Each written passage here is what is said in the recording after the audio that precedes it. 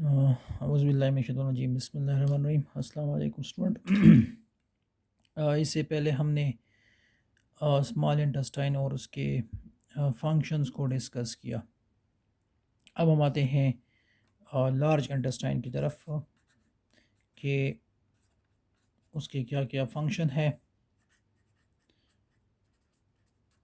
Large intestine के। देखिए, large intestine को लार्ज इंटेस्टाइन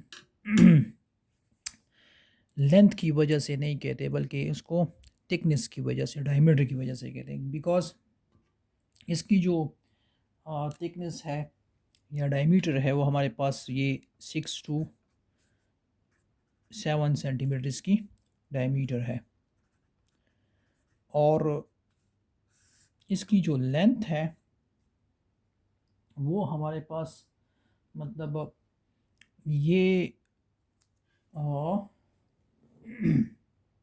तकरीबन 5 फीट इसका लेंथ होता है।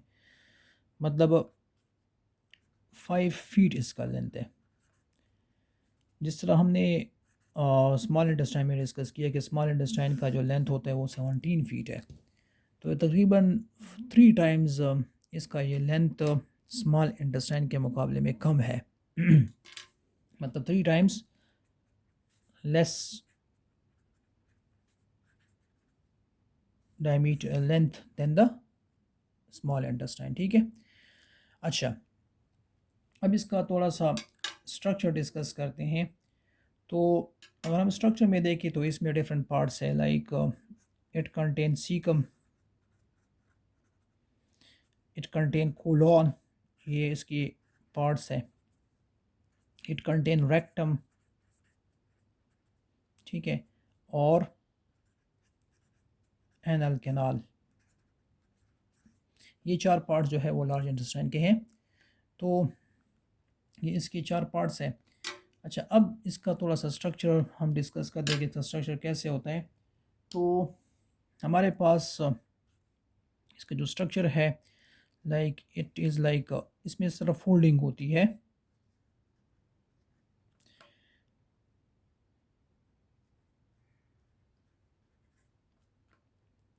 These are the foldings in their wall.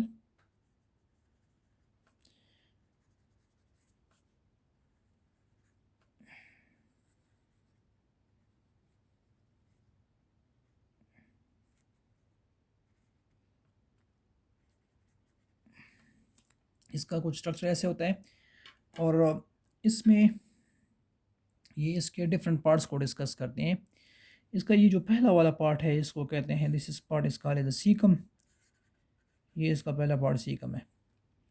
अच्छा, ये जो सबसे मतलब ज़्यादा मतलब मेजर पोर्शन है इसका, वो हमारे पास है कोलॉन।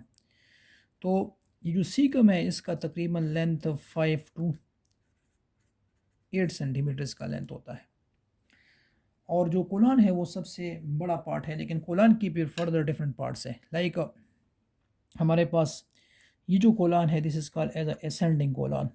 ये जो पहला पार्ट है इसका विच मूव अपवर्ड, ये असेंडिंग कोलान है जो ऊपर की तरफ जाता है। This part is called as ascending colon. मतलब ये जो असेंडिंग कोलान है ये हमारे पास कोलान का वो पार्ट है जो एब्डोमेन के राइट साइड पे होता है, up to the level of the liver. मतलब they are up to the, this is the right side of the abdomen. ठीक है। ये जो पार्ट है ये ट्रांसवर्स कोलन है, ये हमारे पास एब्डोमेन को इस तरह क्रॉस करता है। This part, this is called as transverse. ये एब्डोमेन को क्रॉस करता है लेकिन लिवर के नीचे होता है। Transverse is below the liver. ये जो तीसरा पार्ट है this part, this is called as a descending colon. ये डिसेंडिंग कोलन है। अच्छा, ये जो पार्ट है ये लेफ्ट साइड ऑफ एब्डोमेन पे होता है, नीचे की तरफ जाता है, लेफ्ट एब्डोमिनल साइड पे होता है। और ये जो पार्ट है this S shape structure, this is called as a sigmoid colon, ये वो पार्ट है जो कोल रेक्टम में एंटर होता है, and this part is called as अ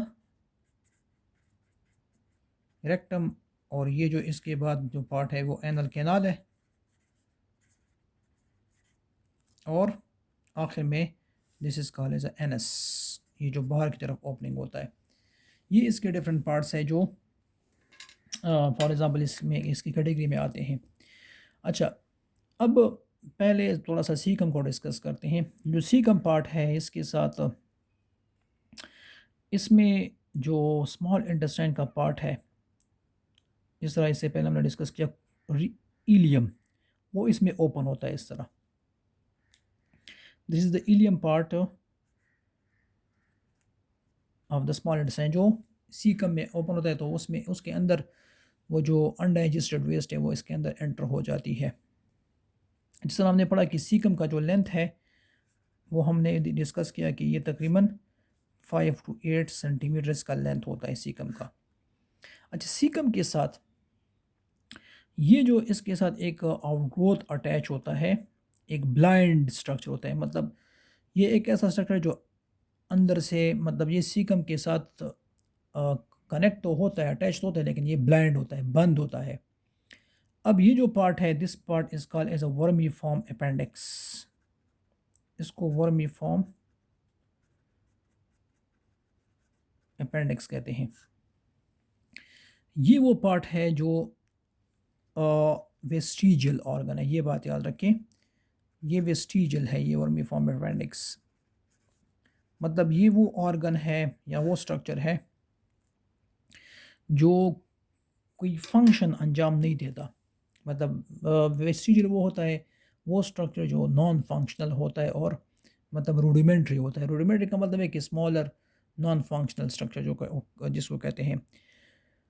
लेकिन कुछ ना कुछ मतलब कहते हैं कि मतलब एम्ब्रियोनिक कंडीशन में ये मतलब इम्यूनिटी में रोल प्ले करते हैं। मिसाल के तौर पर इसके अंदर क्या करते हैं, मतलब एम्ब्रियोनिक स्टेजेस में इसका रोल जो है वो इम्यून, मतलब इसमें कुछ लिम्फोसाइट्स होते हैं जो इम्यूनिटी में रोल प्ले करते हैं, दे कंटेन अ लिम्फोसाइट। लेकिन एडल्ट में इसका फंक्शनल क्या होता है, वो नॉन होता है, मतलब दे आर मतलब वेस्टिजियल होते हैं, they are vestigial in adult. लेकिन जो एम्ब्रियोनिक कंडीशन है उसमें ये फंक्शनल होता है, ये सीकम। अच्छा, जो अभी हमने डिस्कस किया कि ये जो इलियम है जो सीकम के अंदर ओपन होता है, तो ये सीकम और इलियम के दरमियान में अंदर एक स्फिंक्टर होता है जिसको कहते हैं इलियोकोलिक स्फिंक्टर। ये इलियोकोलिक स्फिंक्टर जो होता है ये मतलब अलाउ करता है अनडाइजेस्टेड वेस्ट को इलियम से सीकम में अलाउ करता है। तो इलियोकोलिक स्फिंक्टर जो होता है ये आपने याद रखना है कि ये हमारे पास क्या है, it is the sphincter between ileum and caecum जो मूवमेंट ऑफ सब्सटेंसेस अलाउ करता है। अच्छा, तो ये हमारे पास क्या हो गया, मतलब वो हो गया इलियोकोलिक स्फिंक्टर और जो हमने वर्मी फॉर्म अपेंडिक्स पढ़ा। अच्छा, अपेंडिक्स के बारे में ये भी याद रखें कि फॉर एग्जांपल अपेंडिक्स जो होता है, अगर ये बाज़ दफ़ा इसमें इन्फ्लेमेशन काज हो जाती है, तो इन्फ्लेमेशन की वजह से ये स्वेल हो जाता है, तो फिर उसकी वजह से इसको रिमूव भी किया जाता है सर्जिकली, ठीक है, जिसको अपेंडेक्टमी कहते हैं। तो अपेंडिक्स की जो रिमूवल है इसको अपेंडेक्टमी कहते हैं, surgical removal of the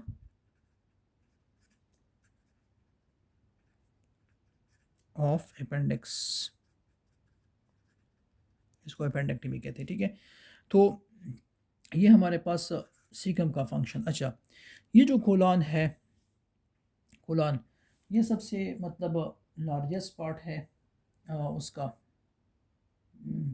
large intestine का, और इसकी जो लेंथ होती है वो तकरीबन डिपेंड करता है, इसकी लेंथ तकरीबन 110 सेंटीमीटर से लेकर 125 सेंटीमीटर तक।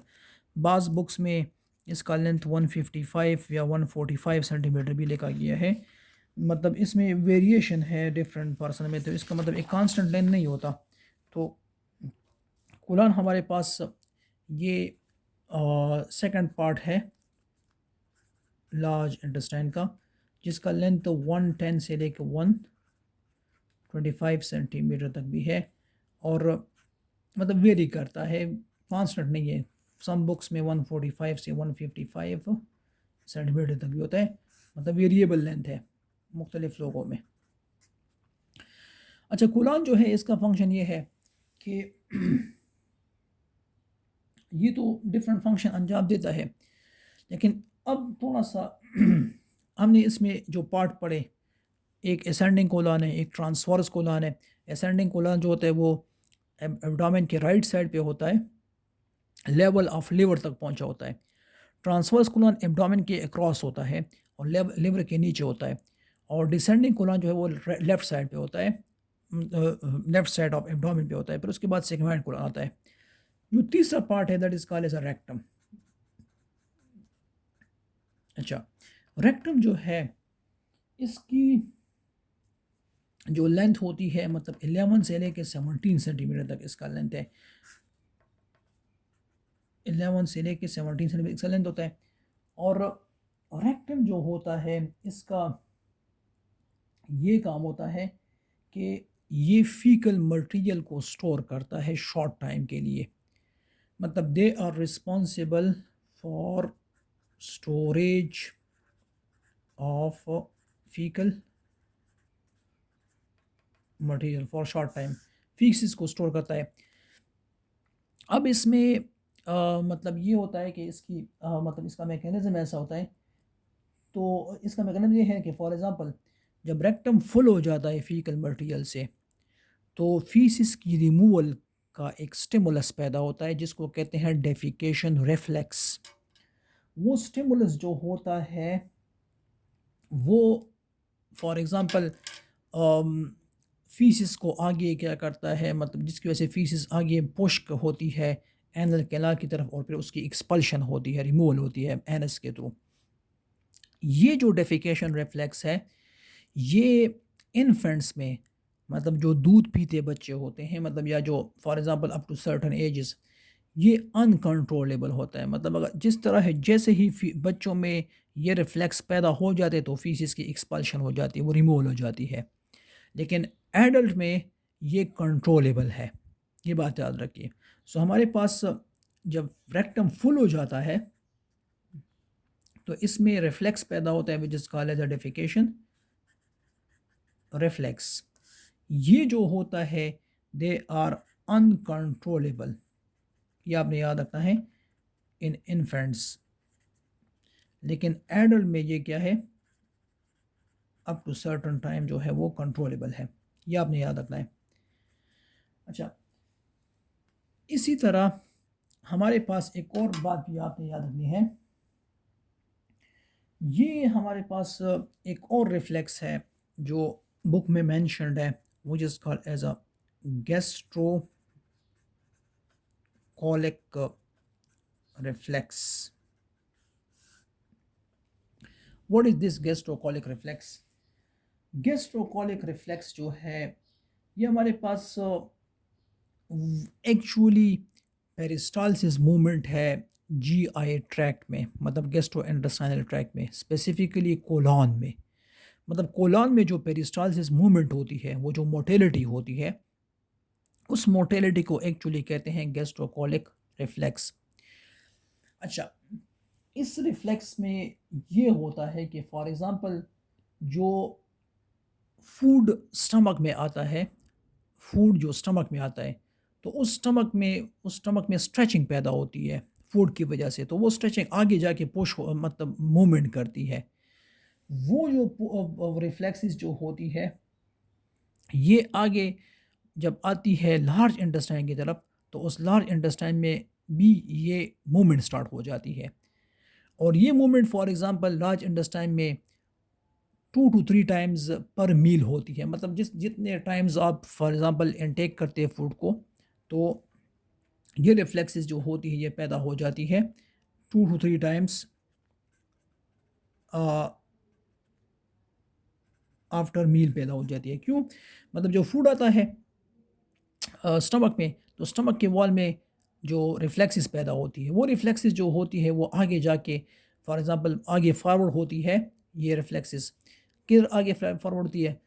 लार्ज इंटेस्टाइन की तरफ। तो उसकी वजह से लार्ज इंटेस्टाइन में जो वेस्ट होती है, जो फॉर एग्जांपल जो अनडाइजेस्टेड वेस्ट होती है, उसको ये क्या करता है, उसमें भी मूवमेंट स्टार्ट हो जाती है। और वो मूवमेंट जो होती है वो इस अनडाइजेस्टेड वेस्ट को आगे पुश करती है ताकि फीसिस की एक्सपल्शन हो सके। ये जो रिफ्लेक्सेस जो ये जो मूवमेंट स्टार्ट होती है लार्ज इंटेस्टाइन में, इसको कहते हैं गैस्ट्रोकोलिक रिफ्लेक्स। तो ये पर डे कितनी होती है? ये 2 to 3 टाइम्स पर डे जो है हमारे पास हमारे उसमें स्टार्ट होती है। तो these are actually the peristalsis या motility which produced in response of stretching occur in stomach. These stretching, yeah, these reflexes, they move forward and also reach the colon, which is the part of the small large intestine. So these reflexes, they start here and they are called as a G gastrocolic reflexes. ठीक है, तो ये reflexes जो होती है ये क्या करती है, इसका फ़ायदा ये होता है ना कि फॉर एग्जांपल ताकि इस लार्ज इंटेस्टाइन जो है वो फीसिस को आगे पुश कर सके और पीछे से भी क्या हो जाए, वो जो स्टमक होता है या जो स्मॉल इंटेस्टाइन है वो एम्प्टी हो जाए ताकि फिर दोबारा इनटेक ऑफ फूड कर सके। मतलब फूड उसको गैस्ट्रो इंटेस्टाइनल ट्रैक को, जीआई ट्रैक को खाली करने के लिए उसको उसमें स्पेस और फूड के लिए पैदा करने के लिए उसमें ये रिफ्लेक्सेस पैदा हो जाती है। अच्छा, कूलॉन्स के डिफरेंट फंक्शंस हैं, जिस तरह मैंने बताया ना कि let's come to the functions of the कूलॉन।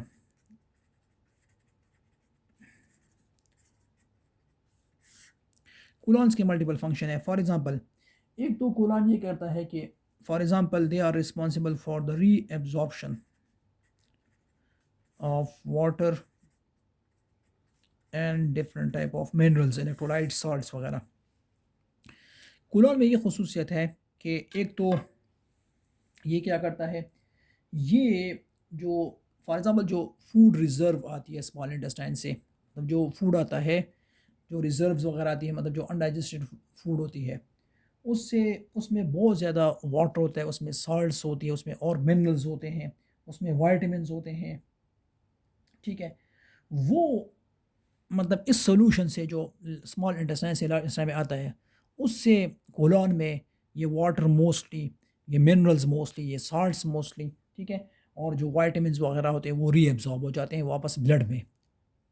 ठीक है ना, तो दिस इज़ एक्चुअली हमारे पास जो फूड रिज़र्व होता है उसमें डिफरेंट टाइप्स ऑफ वाटर हो गए मतलब मोस्टली वाटर होता है, उसमें सॉल्ट्स होती है, उसमें और मिनरल्स होती है लाइक सॉल्ट्स के अलावा, और उसमें वाइटामिन्स वगैरह होती है। ठीक है, इसको रीएब्जॉर्ब किया जाता है, दे आर रीएब्जॉर्ब्ड।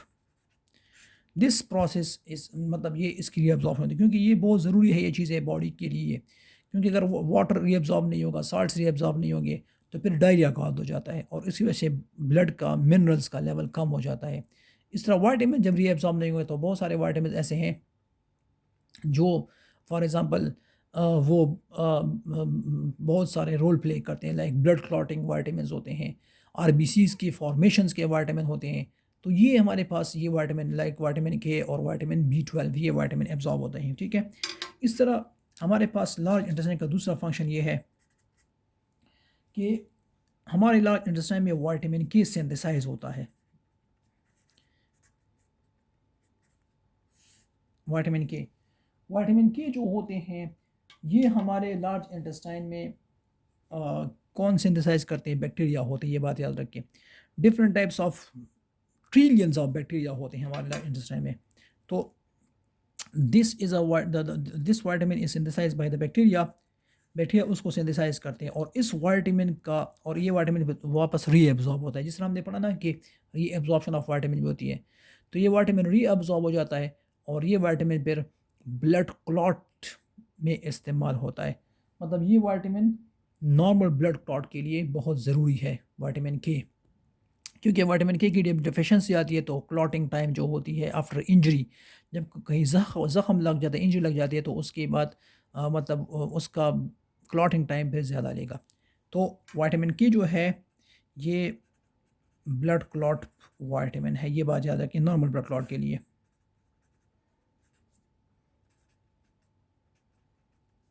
ठीक है, और इसके अलावा जो थर्ड फंक्शन है फीसिस फॉर्मेशन। लार्ज इंटेस्टाइन का एक और इम्पॉर्टेंट फंक्शन ये है कि फीकल मटेरियल, मतलब ये जो अभी हमने डिस्कस किया इससे पहले, ये जो फोल्डिंग होती है ना स्मॉल लार्ज इंटेस्टाइन के वॉल में, इस फोल्डिंग की वजह से क्या होती है, ये जो सब्सटेंसेस अनडाइजेस्टेड वेस्ट बच जाती है तो इसको कंप्रेस किया जाता है और उसको कन्वर्ट किया जाता है एक सॉलिड, मतलब something solid form of mass में, उसको फीसिस कहते हैं। फीसिस की फॉर्मेशन स्पेशली होती है डिसेंडिंग कोलन में, मतलब जो जो सिग्माइड कोलन से ऊपर पार्ट है। तो फीकल मटेरियल जो होते हैं they are form in the descending colon. ये पॉइंट आपने याद, डिसेंडिंग कोलन में फीसिस की फॉर्मेशन होती है। ठीक है, तो ये हमारे पास these are the function of the large intestine. अच्छा, ये बात याद रखिए कि फीकल मटेरियल जो होते हैं ना फीसिस में, इसमें तकरीबन इसमें 75%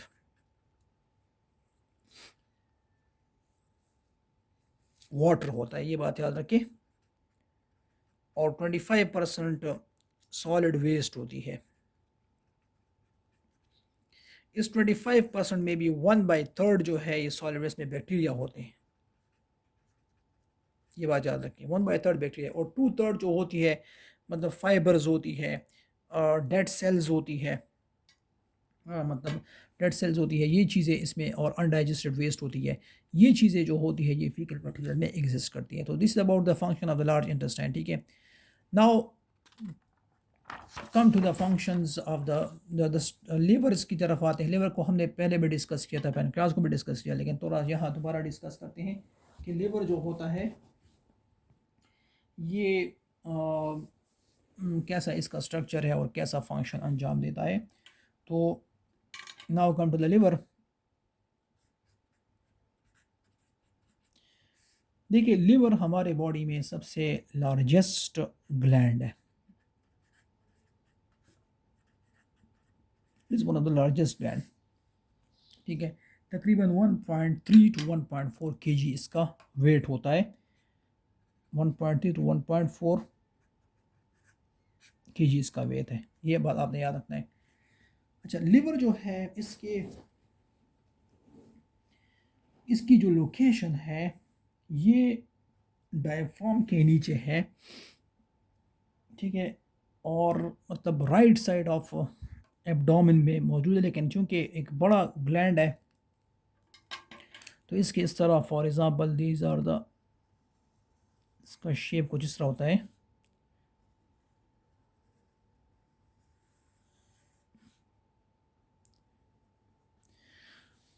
ये लिवर का स्ट्रक्चर होते हैं, they are located below the diaphragm, most मतलब on the right side of the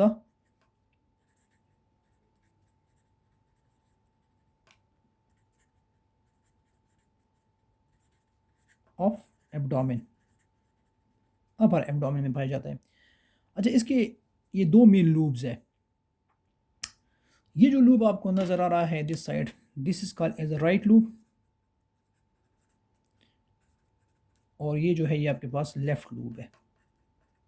ठीक है, और हर लूब के फिर फर्दर स्मॉलर स्मॉलर लूब्स होते हैं, ये बात याद रखिए, मतलब तकरीबन इसके फर्दर 8 सेगमेंट्स होते हैं, ये दोनों राइट और लेफ्ट लूब के, दे कंपोज ऑफ 8 सेगमेंट, मतलब तकरीबन टोटल दोनों में कंबाइनली 8 सेगमेंट्स पर ये डिवाइडेड है, ये दोनों लूब। अच्छा, ये बात याद रखें कि ये जो हमारे पास गॉल ब्लैडर जो हमने डिस्कस किया था, जो इसमें एग्जिस्ट करता है, तो ये बात याद रखिए कि गॉल ब्लैडर जो होता है ये राइट लूब में होता है, इसकी पोस्टीरियर सरफेस इसके बैक साइड पे मतलब होता है। तो गॉल ब्लैडर जो होता है they are located on the posterior surface of liver, ये लिवर के पोस्टीरियर सरफेस पे होता है, ठीक है। अच्छा,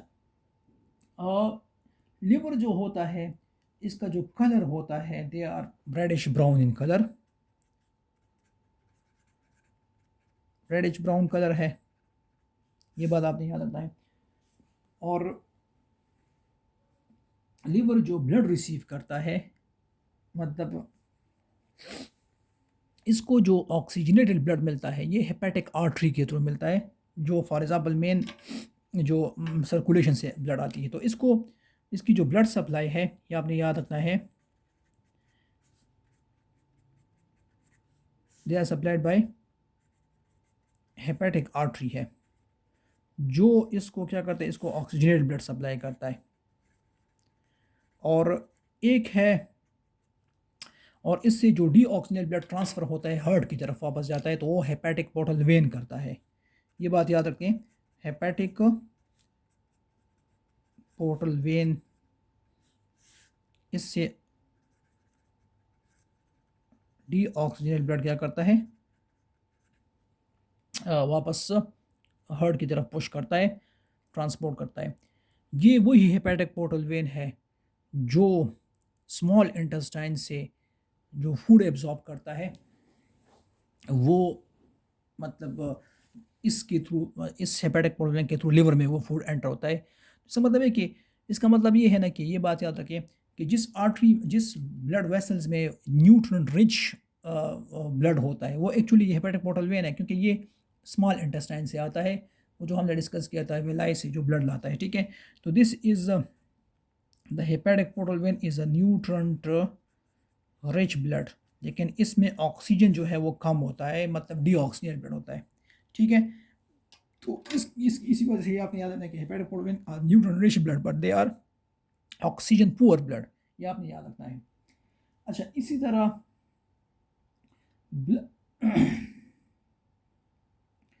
लिवर जो होता है इसका अगर हम थोड़ा सा इंटरनल स्ट्रक्चर ऑब्जर्व कर लें, इसकी एनाटॉमी डिस्कस कर लें, तो इसमें let's say for example this is the liver structure, इसका एक small let's say dissection discuss करते हैं कि इसका कैसा स्ट्रक्चर होता है। लिवर में हमारे पास छोटे छोटे माइक्रोस्कोपिक यूनिट्स होते हैं, उन यूनिट्स को कहते हैं लॉब्यूल्स, मतलब this is one unit. Let's say ये जो माइक्रोस्कोपिक यूनिट है these are called as a lobules, इसको कहते हैं, ये आपने याद रखना है। लॉब्यूल जो होते हैं they are the small units of the liver.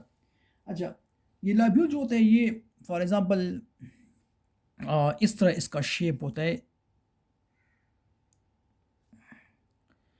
Is like on this shape something hexagonal shape structure होता है एक लॉब्यूल, ये एक लॉब्यूल है which is hexagonal in shape. अच्छा, ये जो हेक्सागोनल शेप लॉब्यूल्स हैं इसमें फिर further they are composed of cells, ये सेल से बना है, उन सेल्स को कहते हैं हेपेटोसाइट सेल्स। लाइक ये हमारे पास एक लॉब्यूल है, so they contain a spherical shape cells like oval shape या स्फेरिकल शेप रफली, ये सेल्स इसमें होते हैं, ये इन सेल से बना है ये लॉब्यूल इस तरह, ठीक है। ये जो स्फेरिकल शेप सेल्स है ये एक एक सेल है, इसको कहते हैं this is called as a hepatocyte cell, ये हेपेटोसाइट सेल्स है जो इसके अंदर मिक्स करते हैं। और इसके सेंटर में there is a blood vessel, this is called as a central vein, ठीक है। दिस इज द होल, ये जो है एक स्ट्रक्चर है, this is called as the structure of the lobule, ठीक है। ये जो होते हैं ये हमारे पास मल्टीपल मतलब माइक्रोस्कोपिक यूनिट्स हैं, ये जो स्ट्रक्चर इसमें यूज करते हैं this is called as the lobule. अच्छा, अब ये जो हेपेटिक सेल्स हैं, जो हेपेटिक सेल्स हैं अगर हम इसको थोड़ा सा ऑब्जर्व कर लें तो एक्चुअली लिवर में जो ब्लड कैपिलरीज़ है वो एक specialised type of blood capillaries है, उनको कहते हैं साइनोसाइडल या साइनोसाइड्स ब्लड कैपिलरीज़। मतलब अगर हम इसको ऑब्ज़र्व कर लें, लेट्स से ये हमारे पास